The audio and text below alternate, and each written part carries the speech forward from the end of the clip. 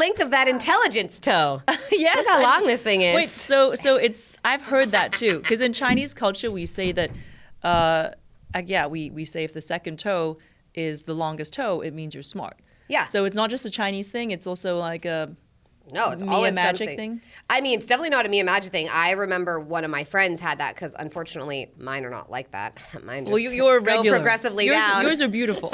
They're cute. I like my feet. I get a lot of compliments on Instagram about them. I Yes. tell you but I have always heard that when the second toe is longer than the first one, it's a sign of intelligence. So I'd like to think so. I'm Sara Jane Ho, and this is Mind Your Manners, where no topic is off limits as we uncover the secrets to feeling at ease in every situation.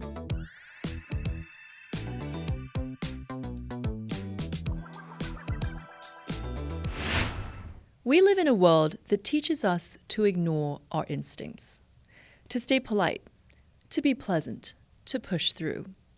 But what if your body has been trying to tell you something this whole time? Today's guest, Mia Magik, believes it has. She's a ritual guide, educator, and what USA Today calls a spiritual fairy godmother. Her sacred rage rituals have gone viral for helping people release the emotions they've been holding in and start listening to what their bodies, their dreams, and even the world around them might be trying to say. And the results? They're not just emotional. From landing new jobs, to buying their first cars, to attracting aligned relationships, Mia's students are reporting major real-world shifts. All from learning how to listen more closely and express what's been stuck inside. Now, if you don't believe in magic, by the end of this conversation, maybe you will.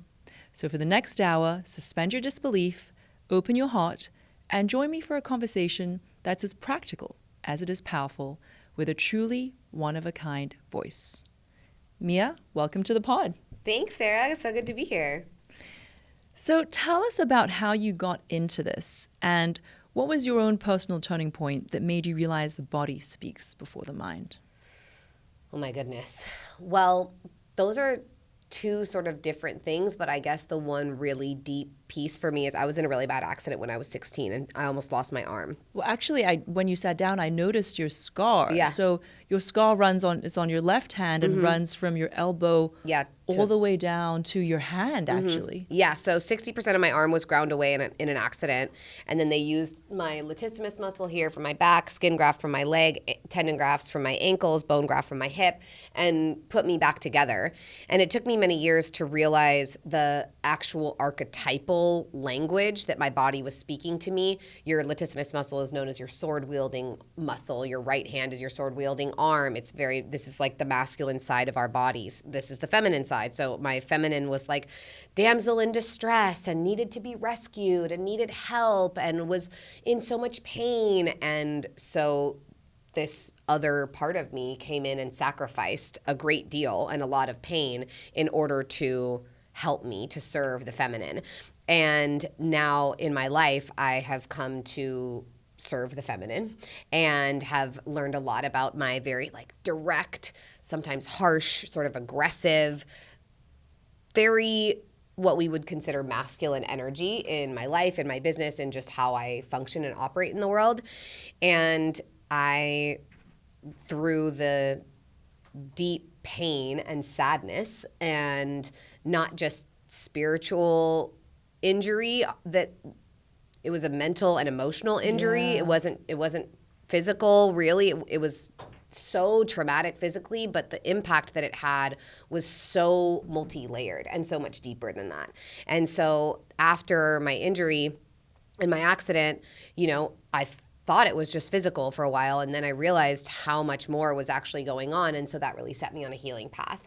And that set me into learning to meditate and learning about energy healing and about personal development work, and so a myriad spiritual medicines and plant medicines. I just tried everything basically because I was miserable and I was unhappy and I didn't have any reason to be, but I couldn't figure out what was going on. And it turned out that I was really holding a ton of trauma in my body.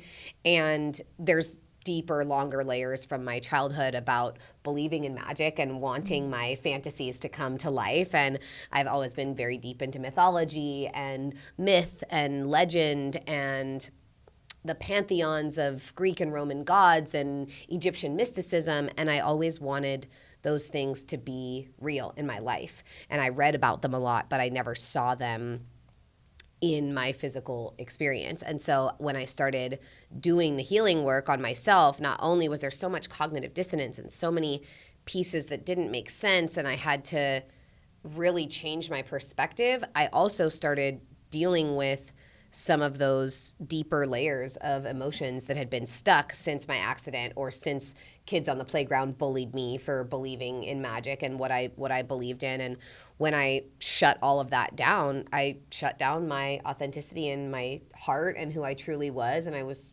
really sad and got depressed. And so when I started doing this work on myself, everything shifted and changed. Like you said, real world wins and massive accomplishments kept occurring. And so people finally started asking me, how are you doing this? What are you doing? Help me. I want to do it too. I want to experience magic in my life. And so I went from being broke and lonely and confused to creating a really powerful, beautiful, successful empire on supporting people healing their wounds, because we all have them and most scars are on the inside. Yeah, wow. I mean, you went through so much trauma. I mean, that's just, I can't even imagine what it was like. But you're right, everybody has trauma, whether it's on the outside or on the inside. And it's beautiful that you've been able to turn that into a life's mission. Thank you. With magic. Yeah, it's fun. How fun. And all those, I used to love reading those books too, the Greek, Roman mysticism, all the gods, the goddesses. Yeah. And when you look at Jung's work, like Carl Jung's work, it was all describing human neurological processes and initiations and ordeals. It's what we all go through in life. That's why myths are really the enduring legacy and religion since the beginning of time. Just because we're all going to go through those moments. We're all going to have these traumatic trials and tribulations and experiences that actually help us grow and become bigger and better. Yeah, and those stories don't change, right? I mean, with like thousands of years, but people are still, it's like you learn stories about life. Yeah. Really.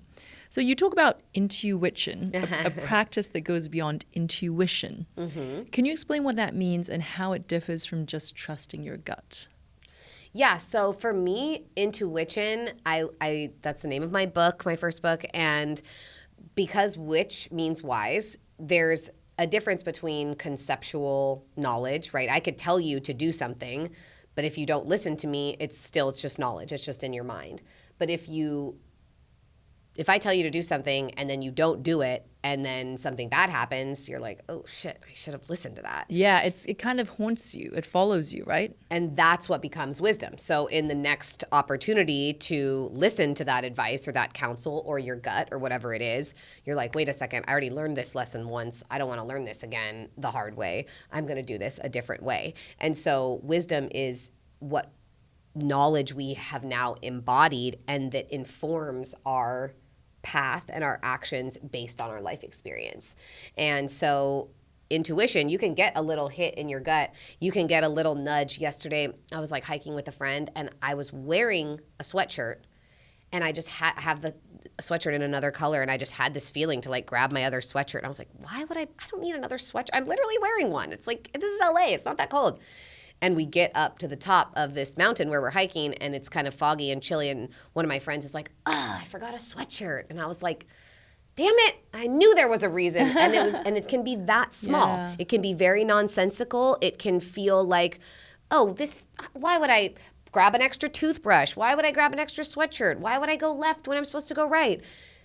But all of those little inclinations, there's some reason for them. They occur for something. They're trying to get you even gently to pay attention. And so to me, that's the difference between intuition and intuition. Intuition is knowing the difference, that like you need to do it. You need to follow even that silly, simple thing. And my friends and I laughed about it because we were like, this is why you follow every single thing, like every time.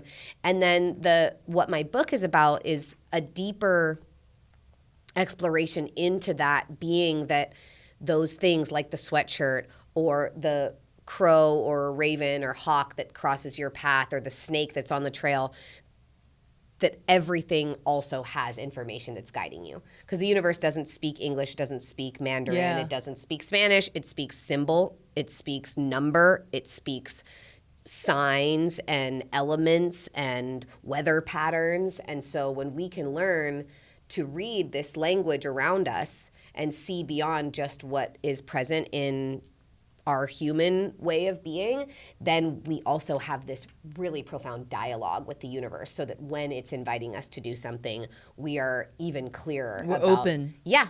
And then we can speak back. We can respond too. You know, I had coffee the other day with a friend, and she's kind of going through a bad patch right now. And to top it off, so she was telling me like bad story after bad story after bad story that happened to her. And then to top it off, that morning before seeing me, she was walking out of her house playing on her phone, and a crow struck her. I didn't even know that could happen, like a crow. And she showed it to me because it was on her like Ring camera, whatever.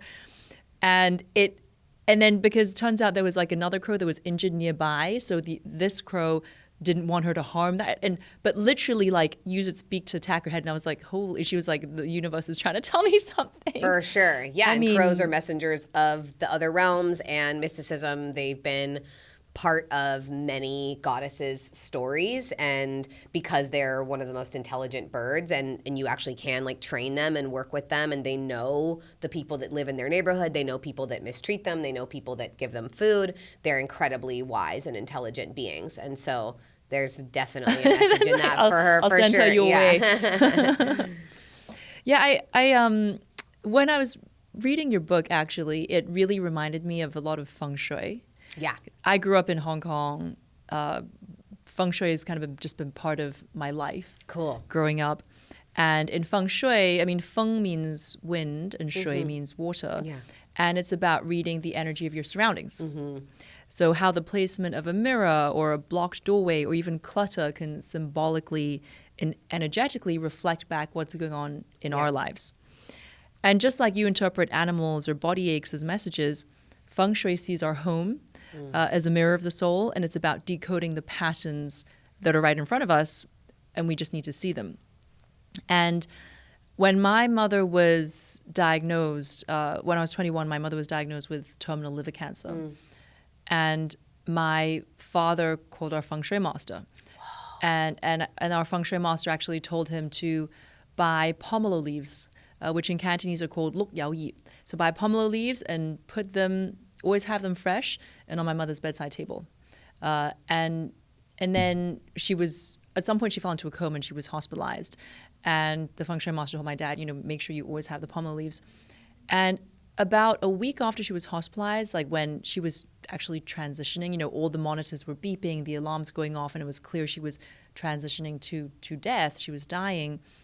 I remember like me, my grandma, my father, we were around her bed, and the first thing my dad did was call our Feng Shui master. Wow. And our Feng Shui master said something to him, and my dad turned to look at the pomelo leaves, which were dried. Yeah. They were dead. And then my dad immediately disappeared to go to the flower market. And he was like, I need to buy fresh pomelo leaves. Wow. And I was like, but it's like 5 p.m. Everything's closed. But somehow in 20 minutes he managed to come back with fresh pomelo leaves. Wow. She didn't make it, but it was so interesting to me that the first thing the Feng Shui master asked my dad on the phone was, what do the pomelo leaves look like? And that was almost like a symbolical reflection of where my mother's life stage was. Wow. Yeah. And like grapefruit, pomelo grapefruit, we use grapefruit seed extract as a cleanse for the liver too. So it's all tied in. It's so interesting. And I'm sorry about your mother. That's so hard. My mom lost her mom at that age as well. But I think that everything is related. Their energy exists in everything all the time. And it's really wild. I mean, I had so many wins from Feng Shui. I had a Feng Shui, maybe not a master, but someone who studies and is into it. And I had her come over to a new house before I put any furniture in it. And she was like, this is your wall of productivity. I want a circular couch in here because of the way that this, corner is shaped. And then put a fountain in the abundance corner. And then I want this in the hearth and home of the, kitchen and And she dialed in. She just told me a basic rundown, and I followed as many of her instructions as I could. And this was when I was like manifesting love and money. And man, I met my partner within 30 days of moving into that house and more than quadrupled my income the next year. So it definitely works. Give me her number. Yeah, I will. She's amazing. I mean, I'm sure you've got the hookups on the OGs, I'm sure you know the real ones. Yeah. Yeah, it's obviously Americans know Feng Shui practically through arranging the home, and you do see immediate benefits. And what you said about grapefruit juice cleansing the liver, so pomelo leaves or pomelo are known to cleanse negative energy. Wow. And yeah, so that's why we use it. Actually, oftentimes around Chinese New Year. Cool. We'll use it to sweep pomelo leaves to sweep the house, to sweep the floor, to sweep away negative energy. I love that. Oh my gosh. The Chinese medicine, I work with a Chinese medicine doctor, and it is so deep and intricate, and all the different meridians and the lines and the points and it's so cool. It's amazing. I love that you grew up, that your parents actually maintained that culture so you were telling me earlier, like how whitewashed your dad had been, but to keep those like ancient, beautiful secrets as part of your upbringing is so important, because so many people just don't do that. They don't know about it. Yeah. I do feel very lucky that I have that exposure, and I maintain TCM and Feng Shui in my life to this day, even though I'm living in LA. Why do you think that now more than ever people are feeling called to reconnect with their instincts and inner wisdom? Because I do feel like it's these couple years that Americans are, they're believing in TCM now. They're getting acupuncture done for fertility. They're leaning into Feng Shui and what you're doing. Yeah. I think that it's pretty clear, at least to me, that the powers that have been are not particularly looking out for our best interest. They're not exactly on our side. I completely They're not agree. like trying to take care of us. Just the pharmaceutical and the food alone, what is legal, what's allowed, especially in the States. I mean, the orange dyes in Fanta that are totally different than the ones in Europe, the cereals that kids are marketed to children, everything. I think that I think not enough of us are aware that the government is not on our side. But I think that people are aware that the way that society functions is for our harm rather than our well-being. And even social media, which is not totally about educating us, which is it's presented as that, keeping us connected and helping us learn things, but it's all designed for the dopamine hits and the keeping us on and making sure that we stay on the platform. And kids getting ADHD and ADD from TikTok. Oh, and kids having the full withdrawal symptoms, like as if they're withdrawing from heroin when you take the device away from them. And I saw a video of a kid scrolling in his sleep the other day. He's like dreaming, and he's scrolling while sleeping. And so I think that we have all just become so disconnected from, even 2 generations ago, most of our parents were like farming. Like my grandparents owned a farm and was a butcher, and we lived on the land. And in 2 generations, that has changed. We all live in cities. The way of interacting and operating with not only your environment, but also the way people. We treat animals. Exactly. The food we eat. Exactly. I mean, it's barbaric, like how we treat these animals. Yeah. You know that if animals ate us at the rate that we eat them, our entire species would be extinct in 2.5 weeks. That's how many animals we go through. Billions of animals. It's wild. Yeah. So I think that people want to feel the things that our species has felt since the beginning of time. Yeah. It's not natural to be disconnected. You know, moms raising babies alone and they're like stuck in their little apartment by themselves and they feel afraid because there's no one there protecting them, because in a tribal society, right, it was a community. Yeah, and the weakest members, a nursing mother and her infant baby, would always have been protected. There would always have been someone with them. There would always be someone looking out for them. And that just doesn't happen anymore in the same way. And so I really believe, and I'm feeling that same pull in myself of like, oh wow, okay, I want to find land with water, and I want to grow food, and I want to have time to bake sourdough bread. And have chickens and or ducks that and lay goats. Eggs. And exactly. Yep. And so I think that we all have just realized how far away from even just our grandparents who didn't have cell phones, who didn't have televisions. We have just disconnected from the earth too. And when you really look at it, you know, the earth is our body. Our bones, our soul, our are like spirits. the stones in the mountains, and our blood is the water. It's the rivers and creeks and streams. And then we breathe in the air that all of the trees give to us, and we inhale what they exhale, and vice versa. And then there is electricity. There's this beating heart inside of us. It's like TCM, all of these elements. We are the elements. We are an expression of nature. And yet we've gotten so far away from nature, and women in particular, I was just telling you about this book that I'm reading, have been programmed to think that nature is dirty and bad and it's uncivilized to be out there, and yet nature is where all of our original medicine came from.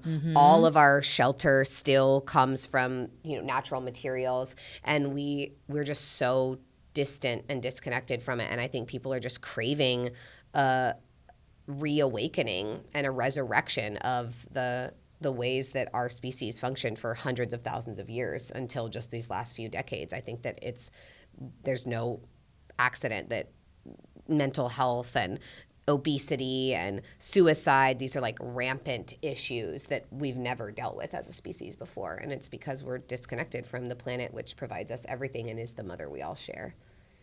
That was so beautifully said. So beautifully said.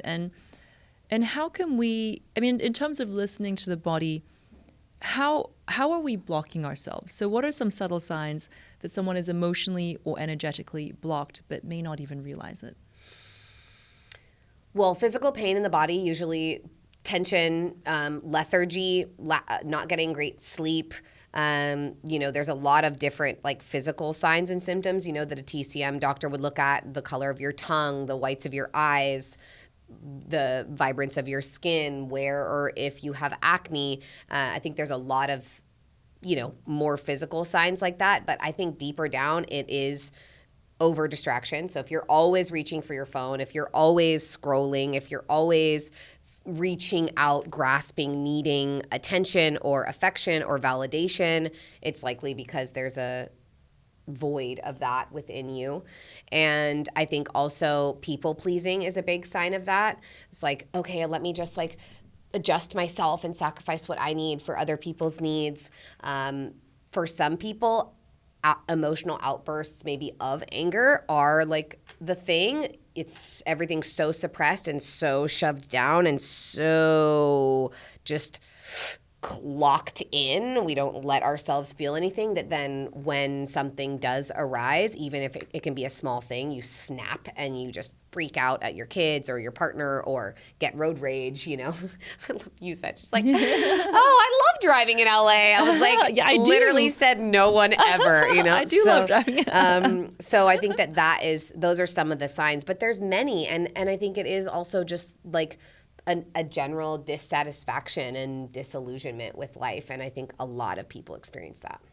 Yeah. No purpose, no deep, loving, intimate relationships. They don't feel safe to be authentically who they are and express themselves. And that communicates then in turn to your body, you're not valuable and you're not worthy and you're not lovable. And that is just a vicious cycle. Yeah, and it is psychosomatic. It's interesting that I love that you're into traditional Chinese medicine. And even just now you said where there's acne on your face. It's true. When you have breakouts on your chin, it means there's an issue with your digestive system. And so for TCM, you know, we see the body as holistic. Yeah. And, something over here will mean actually comes from a deeper root, unlike Western medicine, right, which is about like isolating this one thing and then Totally. fixing the symptom. I'm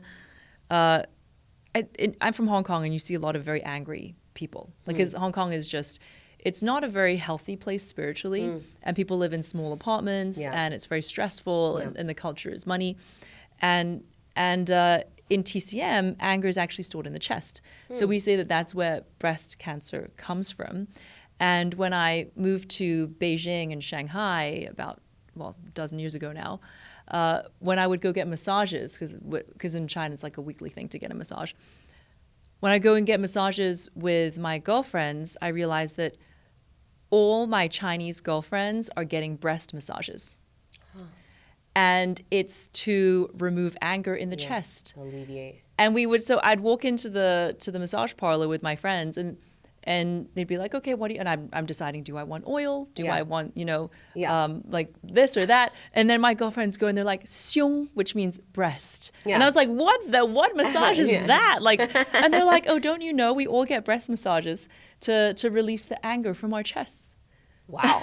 I love that. That's amazing. I mean, that's one of the things that, a lot of women who, when you read some of the like Bessel van der Kolk, Gabor Mate, some of the trauma experts, they do say that repressed anger is a huge cause of breast cancer. Yeah. And because the chi is stagnated. Yeah. And that's when you get little bumps and, obviously tumors, etc., cysts forming. And you're not feeling that love that your heart is supposed to be just emanating out. It's like wearing the fortress, the armor. And I think for my mother, because first she had breast cancer and then it was liver, and she had a lot of repressed anger, like where she wasn't a healthy communicator. And that was such an eye-opener for me to be like, okay, how do you have perspective? How do you handle like communicating something that you're unhappy with, right? And I feel like now, because I saw that and then I worked on so much stuff as well, I feel like I'm so healthy in terms of that aspect, sort of like eyes wide open. That's the healing the generational karma Exactly. and trauma, removing those ancestral curses. So I love that. And millennials are good at that. We are. I think we're the best, honestly. Yes. The younger ones, they haven't gotten it yet. They just Are make they up too their young? whole own languages. This no cap and Riz and all that. I'm like, I don't understand what any of this means, but y'all could definitely use some personal development. I agree. And then earlier when you said anger is associated with the liver, we say that when you cry, your tears are releasing emotion from the liver. Cool. Yeah, and so it's important to cry. Yeah. Oh, tears are one of the only ways that your body actually excretes cortisol, the stress hormone, like that comes out in your tears. It's literally when you measure or look at what is the word? The concentration. The concentration, or like what tears are made up of. Cortisol is always in there because you're getting the stress out by alleviating your tears. And that's why some people, people will get nervous or they feel like they're in trouble and then they'll just start crying, and it's because it's just stress coming out of your body. So it's good. I mean, I personally love it. I love a good cry. I love a good cry as well. If I don't cry every week in therapy, it's like it wasn't a good session, So, For me, it's watching a movie on the plane. Really? Yeah, and then I love a good cry watching a movie on the plane. Okay, I love that. Why do you think so many people find it more comfortable to stay in their heads than tune into their bodies? Because your body has every single piece of memory that you've ever experienced in your life stuck inside of you. So people are like, oh, I'll just stay up here. I can think my way out of it. Even though what's so fascinating is that most of the thoughts that we have are informed by that pain in our body. And so then they create emotions that don't make us feel good. And that's why we reach for social media or substances or streaming platforms to numb and disassociate and distract ourselves. So I think that, it's hard. I mean, doing all of the work that I had to do on my arm, like even just physically, like the fascia, the parts of my body where my muscles were severed and then had to be replaced, and all the scar tissue. I used to get bodywork sessions where they would work on my arm a lot, some TCM as well. Oh my God, the screaming agony that I would be in during those moments. It was horrible, but it changed me. And I think that that's the biggest challenge that people face is no one is taught how to deal with their emotions. We're taught to mind our manners and to be polite and to be sweet and to like keep it all buttoned up and to be very considerate of other people and to not be considerate of ourselves. Yeah. And to actually ignore our feelings and our gut instincts and our intuition. No, we're not supposed to have spiritual gifts. We're not supposed to have prophetic dreams. We're not supposed to understand that our body is a holistic, cellular, integrated being. And so I think that it's so much easier to let the hundreds of thousands of different pieces of stimuli that we're getting on a daily basis that, again, is unprecedented. You would never have been able to travel as quickly from point A to point B in any way, shape, or form, whether that's like in your car, just getting from, one side of LA to the other, or LA to San Francisco, or to New York, or to London. You would never have been able to do that in a single day up until the last few decades. And so we have so much access. You wouldn't have known about war in another country. You wouldn't have known about suffering or famine or the genocide that's happening in Gaza. You would have had no idea that that was happening because you would live in your place with your people and your tribe, and that would be your experience of existence. Maybe, that's why we have these stories of like the Napoleons and Marco Polos and like these people that traveled so far and, hit the Silk Road and did these long journeys and went from China to London and got to, wow, I'm reading a book. I'm going to French Polynesia to swim with whales in July, and I'm reading this book about, it's called Sea People, the Puzzle of Polynesia, and all of the different explorers and Europeans that landed on those Polynesian islands. And like, how did they get here? We don't know. Yeah. No one knows really how the whole Moana experience occurred. And that is all stored in our bodies. Our lack of knowledge, our lack of connection to our culture, how everybody's been whitewashed. The globalization is like stripping culture away from sacred places at an alarming rate. And we all hold that in ourselves. And I think that we abuse our own inner children. We tell them, don't cry, don't feel this thing, don't tell someone how you feel, don't speak your truth, don't say that you love someone, you're going to be a loser, don't do this, don't do that, you're going to be rejected, you're going to be abandoned. And so every day we are battling what society tells us to do versus what our body needs and wants.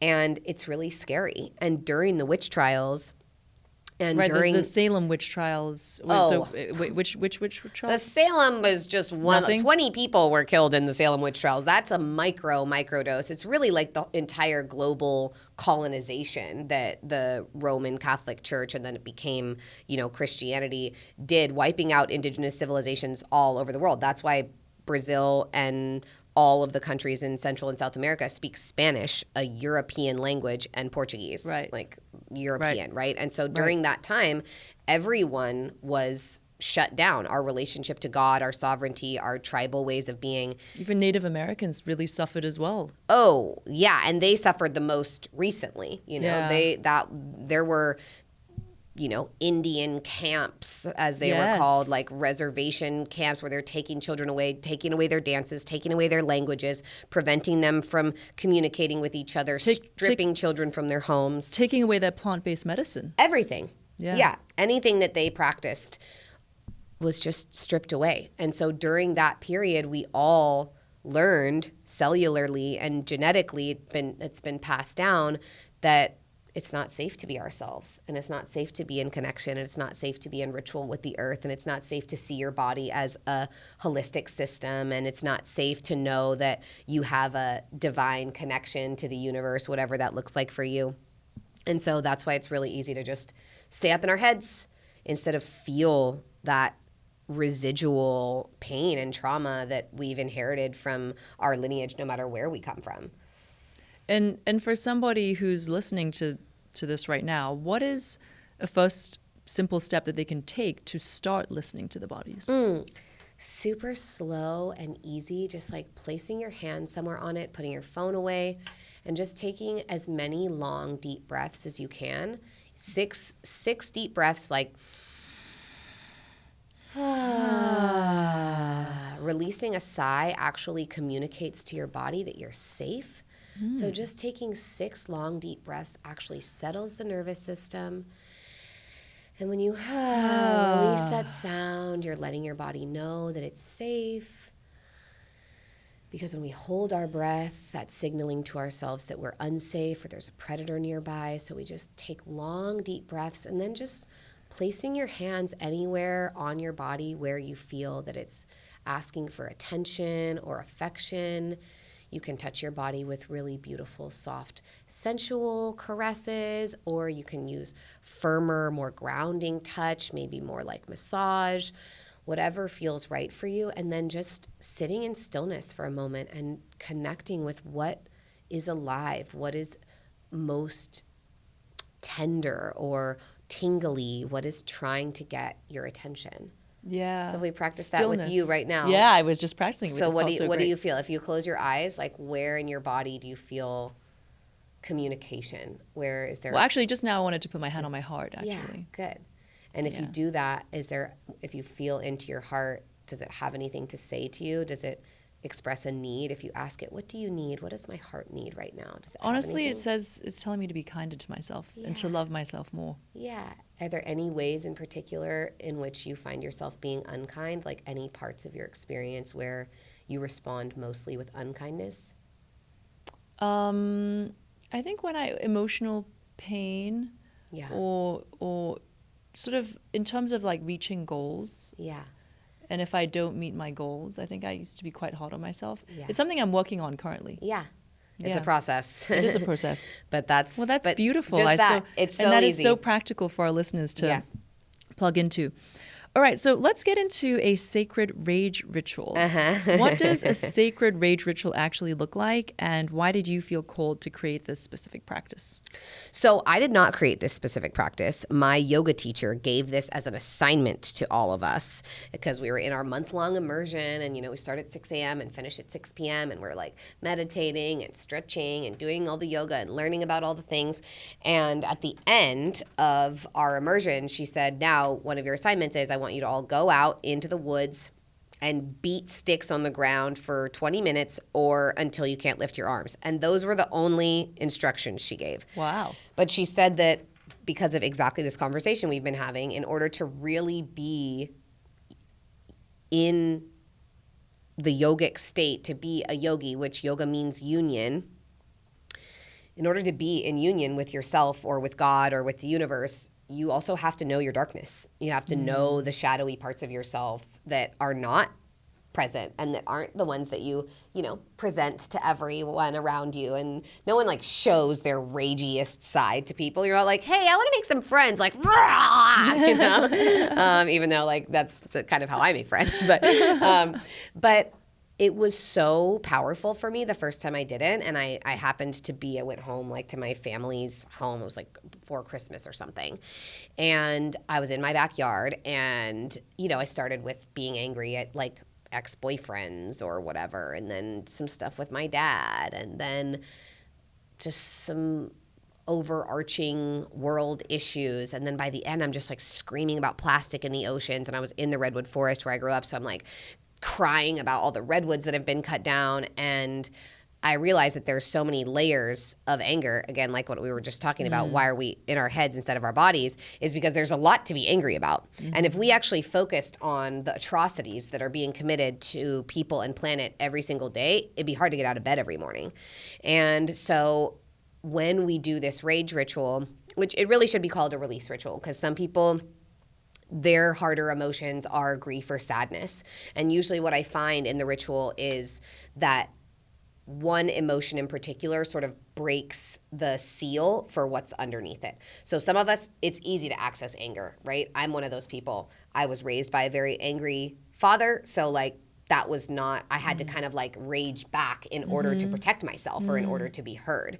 And so some people are the opposite, where they shut down their anger because they had an angry parent. And so they were like, I better not ever rock the boat. I'm going to stay quiet. I'm going to pull back. I'm not ever going to, cause any disturbance. And so for them, sadness is a lot easier to access. That feels sad. And so whatever the emotion is on the top, sometimes it's numbness. Sometimes it's just like, I don't want to feel anything. I'm avoiding this. Whatever the emotion is on the top, underneath is something deeper. So usually underneath sadness is anger, and usually underneath anger is sadness. And underneath numbing or resistance is all of your emotions, sometimes even joy and bliss and gratitude. Part of what we do is spend time gathering sticks. So you have to, I like to do it out in nature. In the forest. I like to do it like that. If you've got a bamboo or a, wiffle ball bat or something that you can use on your bed, like whenever I just need to get it out at home, I just hit the pillows or like put on some metal music, that totally works. There's been just so many incredible transformations that I've experienced from leading this practice and doing this work. Can you give us an example? Yeah, just like women who have never felt safe to express themselves, getting out, one in particular that I'm thinking of, getting out of a really abusive relationship. And she was always, kind of hiding her feelings. And she went and did the rage ritual and got out of that abusive relationship. And then we saw her again. She's actually been to 3 of my retreats now. And we saw her again. And now she's in this incredibly loving, beautiful relationship with this amazing man who's so kind.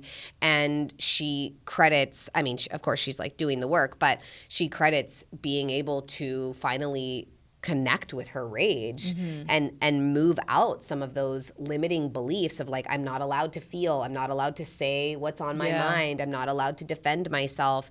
And then, also, of course, like so many women in my containers and community have then, like you said, gone on to create these amazing careers, left their corporate jobs and accomplished a dream that they had, massive levels of abundance, people that were in really deep scarcity and, barely scraping by and not making any money. And then somehow this just unlock of worthiness. And again, that's what you're communicating to your inner child. When you say, don't get angry, don't be sad, don't feel anything. And some of us were also programmed to like, don't be too happy, don't be too big, don't be too loud, don't have too much excitement.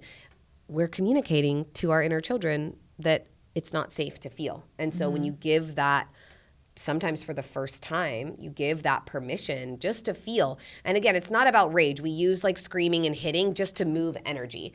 It can be about rage because a lot of women haven't felt that. We do just mind our manners and like don't ever get angry at anybody. But sometimes, hey, that's not what manners is.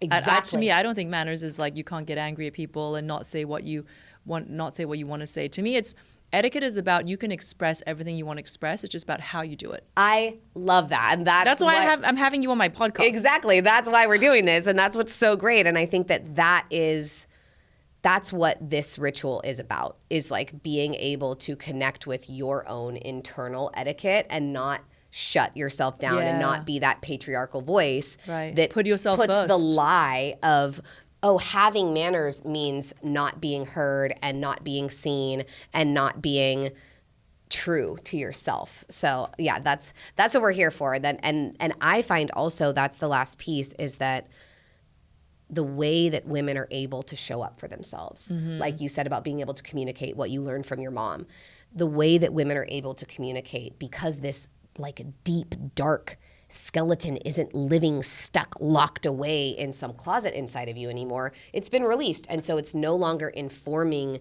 every single one of your habits and behaviors and actions. You've freed something, you've unlocked something, and that is what allows you to then be all of yourself in a way that's more accessible for other people. Yeah, and it sounds like that releases energetic or emotional blocks, which make you more open to love, opportunities, and money. Yeah, everything. And so, Mia, I want to play a little game with you. Cool, I love games. I want to call it Body Translate, which is IntuWitchin versus TCM. Ooh. So I'm going to name some symptoms or body signals. Okay. And you tell me what your IntuWitchin tells you, and I'll tell you what TCM tells you. Okay, I love this. Fun game. Let's go. All right. Tight jaw. Ooh, tight jaw. Well, your jaw is the strongest muscle in the body. And so I would link that to usually anything around the throat I think of as like holding back. But if it's a tight jaw, you also need your jaw to chew, to nourish yourself, right? It's part of receiving food and nourishment. So I would feel something around limiting your own nourishment, right? The way you were talking about your heart wanting you to be kinder to yourself. And then also maybe feeling pressure to be strong, right? If it's tight and this is your strongest muscle, you're like creating this, there's a tension, there's like pressure on you to be really strong where maybe you feel weak or you're tired or you need a break. Yeah, that's my little tidbit. In TCM, we would say it's unexpressed emotions and anger. There we go. Great. Perfect. Yeah. Okay. Hers is short and sweet. Great. Yeah. What about insomnia? Oof. Insomnia. I mean, there's so many different causes for it. Some of it is just like running mind. Some of it is hormones. Some of it is because we all live with our lights on so bright after dark. I'm a freak about that. I like only have candles and red light in my house after dark. People are like, it's so dark in here. I'm like, I know, it's nighttime. So insomnia, lack of rest. Yeah, I would say something like just overactivity and sort of even like burnout where you need the rest. What you need to do is like rest, chill, shut down, calm yourself, but you're not. And so it's like overactive fire, right? Like your mind is going, your energy is going, and you're not letting yourself just settle in and down. And again, like similar, not taking good care of yourself, like all the other ones is like, how are you tending to your rest? Clearly not well because your body is not even able to do it. In TCM, we say it's a disturbance of the heart and of the spirit. So the shen, which is the spirit mind. Yeah. The spirit mind is a specific thing. The shen, yeah. The spirit mind is the one spirit or entity. Yeah. I love that. Cool. Disturbance of the shen. Bloodshot eyes. Well, like how I would interpret that is because, so your blood is your waters, right? So blood has to do with emotions, creativity, sexuality. Those are the watery aspects of the element, which I know is different in TCM. But to me, your eyes are your vision. They're your window to the world. They're how you see. So it's like your perspective on things. And so I would say that like your emotions are clouding your perspective. In TCM, we say that if you have bloodshot eyes, it's because there's too much heat or fire in your system, and it, hot air rises. Yeah. Oh, wow. So it's rising up to your eyes. And the reason you have too much heat is if you're eating spicy food or drinking alcohol, right? That's all inflammation, or smoking, or lack of sleep. Sleeping late at night also causes heat. Inflammation. Yeah, that makes sense. Fun. I love that. So to end, what would you say to someone who's curious but skeptical? To end, what would you say to someone who is curious but skeptical about this kind of witchy work? I totally get it. I used to be one of those people. And the thing that really shifted it for me was that, people are like, oh, astrology. And then I heard the JP Morgan quote where he said, millionaires don't use astrology, billionaires do. Wow. Did he really say? Oh, yes. I love that quote. Yes, he said that. And so I was like looking into it. And when I first started doing this sleep care thing, like we were just talking about with insomnia, my cycle started coming with the full moon every single month. It was like the moon would be full at 3:14 p.m. and at 3:16 I'm bleeding. And it's like, whoa. And so I started just wanting to understand that. And our bodies are the same percentage of water as the planet, and the moon controls the tides. And so it would make sense that the moon is controlling the waters of the planet. So why would it not control the waters within us, and especially women who are cyclical? And we have that infradian rhythm. That is where we get the word month, is from the moon. And so I started seeing how my cycle was related to the moon. And then I was like, well, if this one small little planetary body that's just orbiting us affects us this much, then what about all the giant ones that are spinning around us? Like maybe they really affect us more. And I get it. And no matter who you are, no matter where you come from, if you go far enough back in your lineage, you were indigenous somewhere. And your family, your ancestors were witches in their own way, whether you call them curanderas or brujas or shamans or healers, whatever the word, whatever the language is. that is how all of our ancestors operated, is in connection and harmony with the earth. That's where all of our medicine came from. That's why Chinese medicine is all of these insane herbs and spices and roots and tree barks and all of that. And even like pangolin scales and all kinds of weird stuff from nature, because that is our original medicine. And so we all have this in our DNA and in our genes, and it can feel scary to come home to, but it is in fact the most rewarding, fulfilling, and healing act to do so. Yeah. Wow. Mia, thank you so much for showing us the power of being in conversation with our own bodies. And listeners, you don't have to believe in magic, but maybe your body already does. Mia, I have something to thank you for coming onto the pod today. It is some anti-vorta product. It's my vagina care brand. You have a vagina care brand? I told you I'm not your typical kind of I love this. Teacher. And everything is formulated with traditional Chinese medicine. Cool. To fight odor, dryness, and irritation. Gorgeous. We love pussy care. Yeah. Let's go. You can I'm here for this. Open up the, this is the spray. You can also, see if I basically. can get it with my talons. Oh, yeah, actually, here, let me help you. We have this little thing that comes up. Oh, great. There you go. Thank you. And the spray, so what you do is you drop your pants, spray, great, fan dry, put I'm your not even wearing any right now, so I could just spray right here. You can also use it as a full body deodorant. It's clean, vegan, cruelty-free. Wow, amazing. Everything. Yeah, you give a little spray on the back of your hand. Give it a try. Does it have a nice smell? It does indeed. Wait, where's this? Where does it go? Oh, there we go. I was like, I can't see it. Yeah. Oh, yeah, it smells like Korean skincare. I love it. Vibes. It's Chinese. Thank you. But okay. It's Chinese. Yeah, of course. But you know, like they have all the really good like snail. Oh, yeah. Asian skincare is next the level. Best. Yeah. And then in there we have a couple of our wipes. Our wipes are flushable, safe for sewers. Everything's sustainable. Wow. 100% plant-based fibers. Yeah. Love It was really important to us to that's amazing. have a good wipe.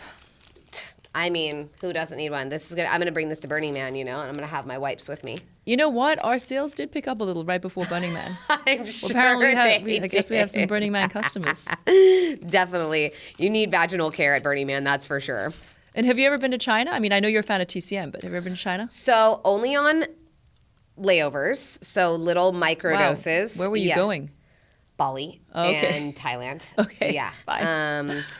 But yeah, I really want to go and sit with some of these masters. I want to learn a little more. I had a Chinese or a Qigong teacher who, thank you so much for this, You're welcome. Who could he taught us, we did the brick breaking with our hands, little so martial you arts. broke bricks with your hands? I've broken one brick multiple times with my hand. Yeah, not like was there many. Contact or just using energy? Yeah, I did. Oh, contact. I did contact. You fill yourself with energy, and then you break it. And then I did learn with just energy how to put the candles out. So like when the candles are in front of you, and you just go like this with your energy, and I could put 9 votives out. That was the max I ever reached, which was super magical and wild. That's really cool. But I wanna study more of that. So I don't have any desire to go to the big cities. I don't like big cities in general, and the idea of Chinese cities with all the smog and the crazy chaos, no. But some cool dude living up in a hut in a village, or the temples in the mountains, that I'm super in for, and I would love to go and do that at some point. Yeah. Yeah, and you mentioned you wanted to check out wizards? Yeah, that's Chinese the first time wizards. I've heard of wizards. Where does this come from? Chinese wizards and... Well, because I've just heard of all these cool things that people can do with energy, and and because my teacher was a Kaju Kembo, which I believe is a Korean martial art, and so he was very highly 5th degree black belt, whatever, in that, and so he was the one that was teaching us how to use this energy, but he is Chinese, and so most of his teachers are Chinese, and then we were just, I'm a witch. I like wizards. I like magical people. I like weird stuff. I like to learn about things. I want to go have a real life Doctor Strange experience. That's the goal. my dad does Tai Chi, and one of his teachers who's considered, actually in Hong Kong, people called him the Sun Yi, which is kind of the god doctor. That's Yeah. what people called him because he was so AKA good. wizard. Yeah. And he feels with energy. Cool. And people would line up to see him. And he had a little clinic that was in Mong Kok, which is like not a glamorous part of Hong Kong at all. Doesn't take reservations. People had to line up around the block. Wow. And in his clinic, he just have like 100 stools, and you go in and you sit on them, and he walks from patient to patient. So everybody within your vicinity can hear what you have. Whoa. And celebrities would go, politicians would go, they'd ask for a private room. No private room. You treated everybody the same. And he would feel people's energy, and he would know exactly what was wrong with them without even really needing to, like, even do the pulse read. Because in TCM they put the 3 fingers on your wrist to feel your pulse. He would do it, but not even just to kind of like. Otherwise, people would be like, "Wait, don't you need to do my pulse?" But he'd already know what was wrong with you before even like touching you. See, I'm like, I want that kind of magic. Yeah. That is dope. Yeah, I love that. I mean, I would love to like somehow get a documentary or something done on him someday. Girl, let's go do that. He That passed is the away, goal. unfortunately, a year ago. Okay. Did he have a protege? Did he have a... He has a son, but I mean, it's he's the guy. Right. Yeah, he's the guy. But yeah, no, we'll have to host you in Hong Kong someday.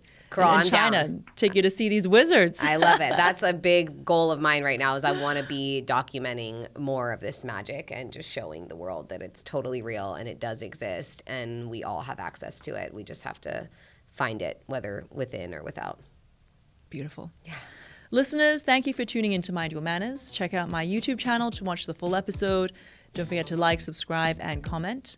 This is your host and etiquette guide, Sara Jane Ho. And remember, no matter what life throws at you, with me in your ear, you got this. I'll see you next Tuesday.